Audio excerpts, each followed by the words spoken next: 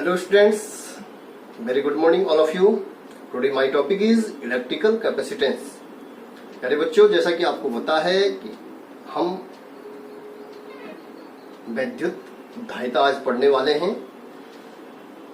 वैद्युत धारिता, इसका मीनिंग समझना आवश्यक है। धारिता मीन्स धारण करने की क्षमता। आपने देखा होगा कि जिस प्रकार से हम किसी बर्तन में जल भरते हैं तो जल धीरे धीरे उसमें बढ़ता है। उसका बर्तन का तल का लेवल धीरे धीरे क्या होता है, बढ़ता है। जब हम किसी चालक को क्या करेंगे, ऊष्मा देंगे, उसको गर्म करेंगे, तो आप देखते होंगे कि उसका ताप धीरे धीरे क्या होता है, बढ़ता है। ठीक उसी प्रकार से कि जब हम किसी चालक को क्या कर रहे हैं, आवेशित कर रहे हैं, तो आवेशित करने पर उसका भी धीरे धीरे क्या होता है, विभव बढ़ता है। ठीक है, तो हम क्या कहेंगे कि जब हम किसी चालक को, इसको आज हमारा जो वैद्युत टॉपिक है वैद्युत धारिता, इलेक्ट्रिकल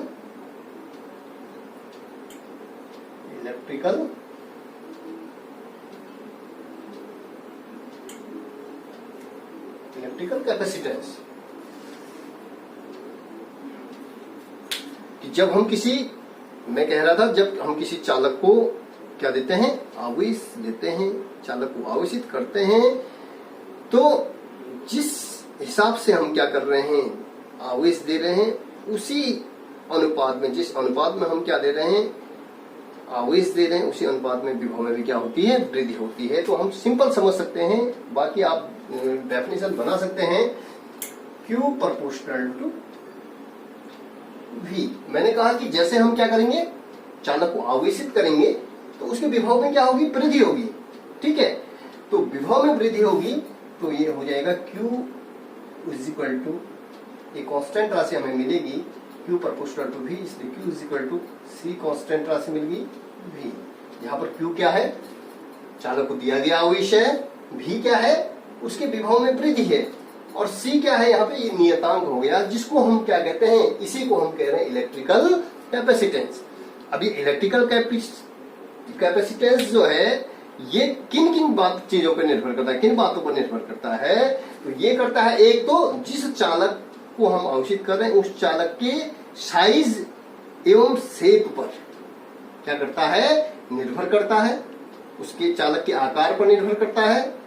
दूसरा जो है, किस माध्यम में, उस चालक को हमने किस माध्यम में रखा है, उस माध्यम पर निर्भर करता है। तीसरा कि चालक के संपर्क में कोई अन्य चालक है या नहीं है, उस पर निर्भर करता है। कौन, चालक की धारिता। तो हम कह सकते हैं बच्चों सीधे सीधे C is equal to Q upon V।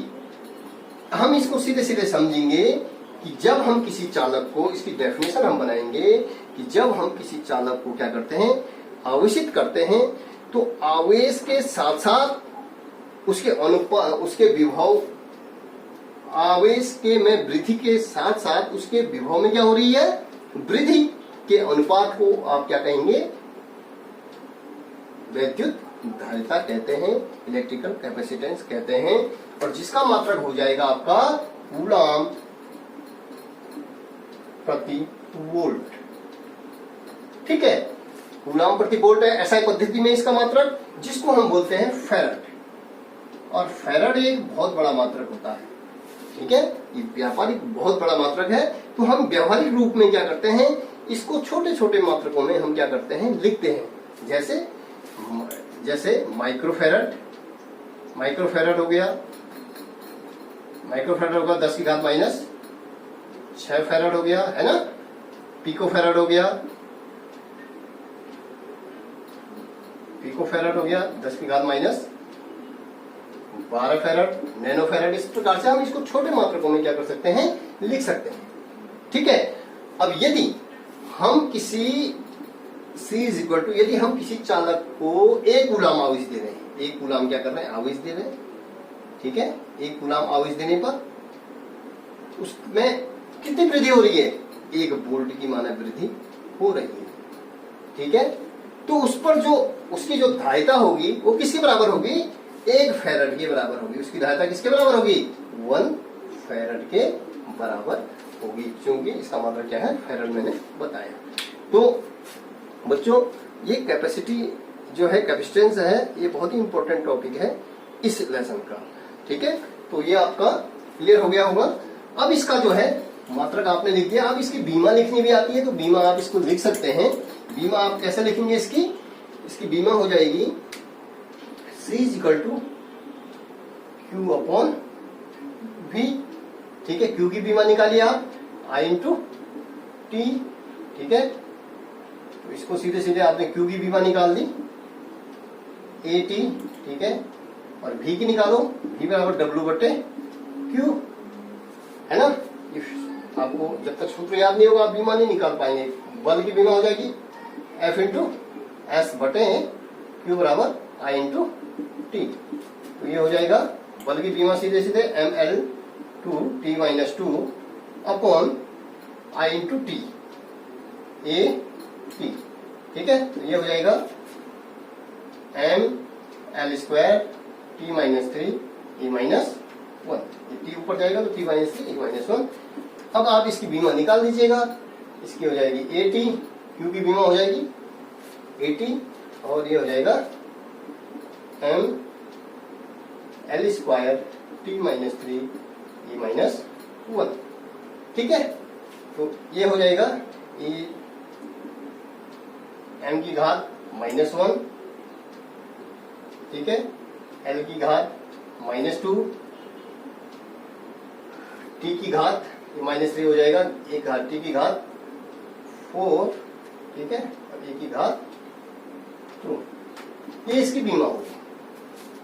ठीक है, अब हमारे पास जो टॉपिक आता है,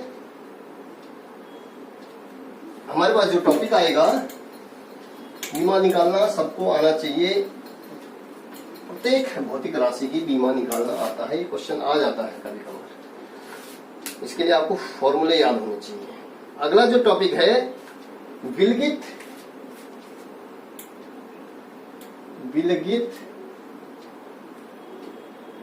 गोलीय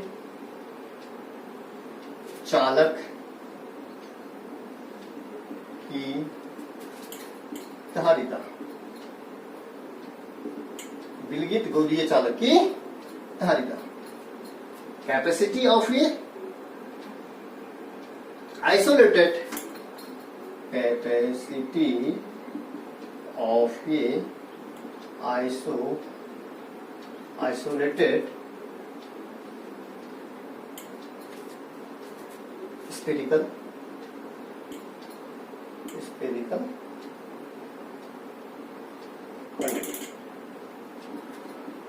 ठीक है, गोलीय चालक की धारिता। हमने विलगित किससे कहेंगे? जो ऐसा चालक जो दूसरे के संपर्क में ना हो, आइसोलेटेड हो, अलग से हो। तो बोलने का मतलब है इसको हम किस प्रकार से इसकी धारिता निकालेंगे। तो हम मानते हैं कि माना कोई गोलीय चालक है,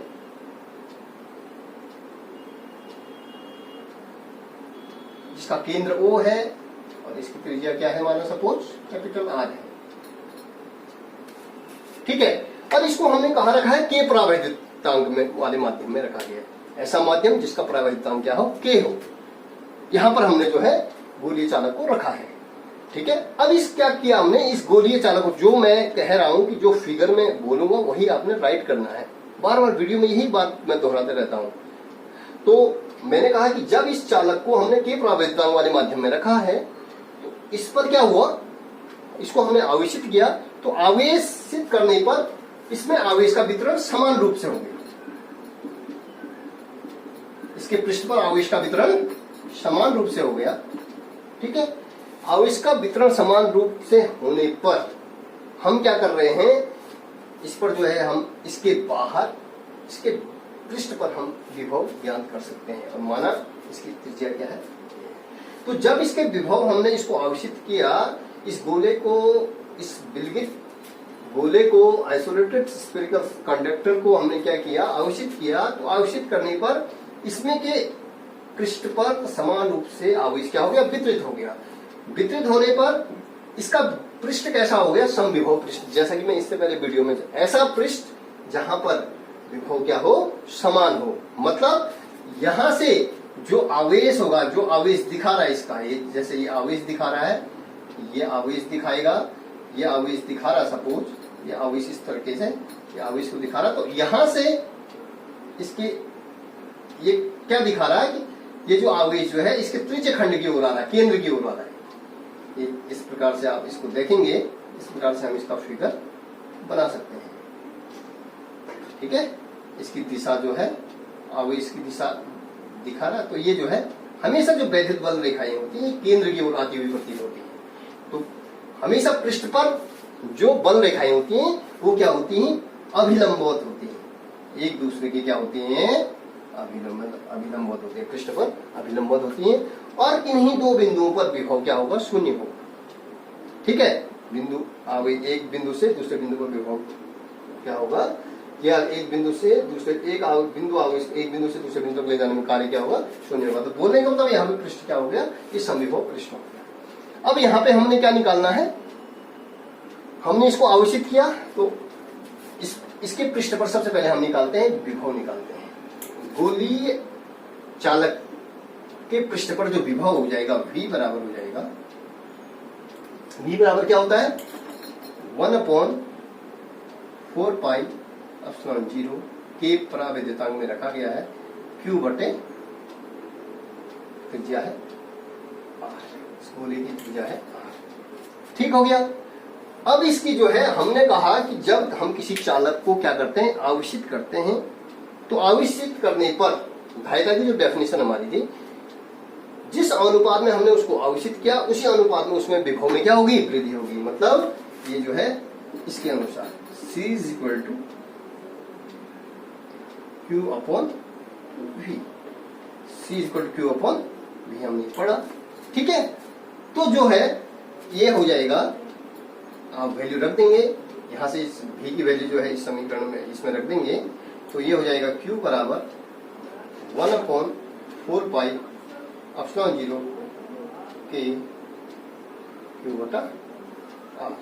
ठीक है, तो ये जो इसका ये जो है ये पूर्ण संख्या है, तो आप जानते हैं कि 1/1/2, ये 2 कहाँ चला जाएगा, सीधे ऊपर चला जाएगा। मतलब ये जो है कंडीशन कहाँ चली जाएगी, ऊपर। तो ये हो जाएगा 4 पाई एप्सिलॉन 0 के R Q बटे Q, Q से Q क्या हो गया, कैंसिल हो गया। तो ये हो जाएगा C is equal to 4 pi epsilon 0 के R। ये वो होगी आइसोलेटेड, यदि गोला हमारा क्या है, विलगित है, आइसोलेटेड है, तो इस पर जो चार्ज होगा वो उस पे जो इसकी जो धारिता होगी वो हो जाएगी 4 पाई एप्सिलॉन 0 के R। अब यहाँ पे क्या मानते हैं, हम मान रहे हैं कि हमने आवेश क्या रखा है, देखो इसकी जो है वैद्युत बल रेखाएं केंद्र की ओर है, तो हम मानते हैं कि आवेश कहाँ पे रखा गया है, केंद्र पर रखा हुआ है, ये हम मान लेते हैं। तो जिसके कारण जो है हमने विलगित गोलीय आवेश पर क्या निकाल दिया, धारिता निकाल दी। अब आप दूसरे समझने वाली बात है इसमें, ये आता है पेपरों में,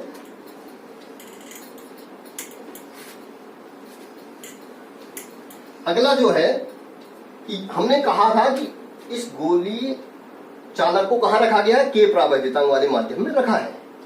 ठीक है, के परावैद्युतांक वाले माध्यम में रखा है, तो C इज इक्वल टू आपका आ गया 4 पाई एप्सिलॉन 0 के R। ठीक है, अब यदि गोले को कहां रखा गया है, विलगित गोलीय चालक को कहां रखा गया है, के परावैद्युतांक वाले माध्यम में रखा गया है या रखा है, तब तो फिर सूत्र यह हो गया, यदि गोलीय चालक को निर्वात ऑब्लिक वायु में रखा गया है। ठीक है, यदि गोलीय चालक को निर्वात ऑब्लिक वायु में रखा है तो क्या होगा, तो C इज इक्वल टू यहां पे क्या हो जाएगा, इसके लिए K बराबर क्या हो जाएगा 1, C इज इक्वल टू हो जाएगा 4 पाई एप्सिलॉन 0, K का मान 1 हो जाएगा R। ठीक है, तो इसको मैं मिटा रहा हूं। एक टर्म हमारा आता है dielectric constant, dielectric constant,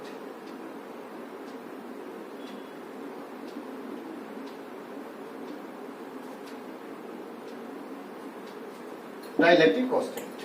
dielectric constant किससे कहते हैं, इसी से समझ जाइएगा कि माना कोई गोलीय चालक है, उसको के परावैद्युतांक में रखा गया है, ठीक है, तो उस पर जो गोलीय चालक पर धारिता हो जाएगी C = 4πε0 K R। क्लियर है। यदि हमने गोलीय चालक को कहां रखा है, यदि हमने गोलीय चालक को निर्वात ऑब्लिक वायु में रखा है तो K का मान क्या हो जाता है, 1 हो जाता है मैक्सिमम। तो ये हो जाएगा C = 4πε0 R। K की जगह पर हमने वो R लिख दिया। तो डाइलेक्ट्रिक कांस्टेंट, किसी चालक का डाइलेक्ट्रिक कांस्टेंट क्या होता है, परावैद्युतांक। परावैद्युतांक डाइलेक्ट्रिक कांस्टेंट का मतलब होता है परावैद्युतांक। हिंदी में आप उसको कहेंगे परावैद्युतांक।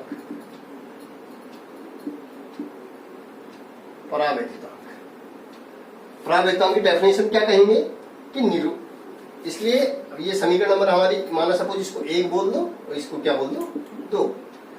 तो समीकरण 1 में 2 C/2 का भाग देंगे तो C/C0 हो जाएगा 4πε0 KR बटे 4πε0 R। समझ रहे होंगे। 4πε0 R भी कैंसिल, 4πε0 R भी कैंसिल, तो बचा K। तो K ही क्या है, परावैद्युतांक है। K को, परावैद्युतांक को हम किसे डिनोट करते हैं, K से। तो K = हो जाएगा C/C0। इसकी डेफिनेशन हम सीधे सीधे इस तरीके से बोल सकते हैं, किसी माध्यम में गोलीय चालक की धारिता, किसी माध्यम में, मैंने कहा था जब गोलीय चालक कहां रखा गया है, के परावैद्युतांक वाले माध्यम में रखा गया है, तो C = 4πε0 KR था, इसकी धारिता इतनी थी। और जब हमने निर्वात में रखा था तो K का मान हमने 1 कर दिया था, C = 4πε0 R। तो परावैद्युतांक की डेफिनेशन हम इस तरीके से लिख सकते हैं कि किसी माध्यम में गोलीय चालक की धारिता तथा निर्वात अथवा वायु में गोलीय चालक की धारिता के अनुपात को आप परावैद्युतांक कहते हैं, K कहते हैं। ये आपका परावैद्युतांक आ गया। क्लियर है। इसके बाद जो हमारे पास जो है ये इंपॉर्टेंट टर्म था, डेफिनेशन आ जाती है परावैद्युतांक किससे कहते हैं, ठीक है। और K का मैक्सिमम मान हम कितना लिखते हैं, 1 लिखते हैं। तो ये भी हमारा क्लियर हो गया। नेक्स्ट जो है संधारित्र। अब एक इसी टर्म में एक परावैद्युत, ये तो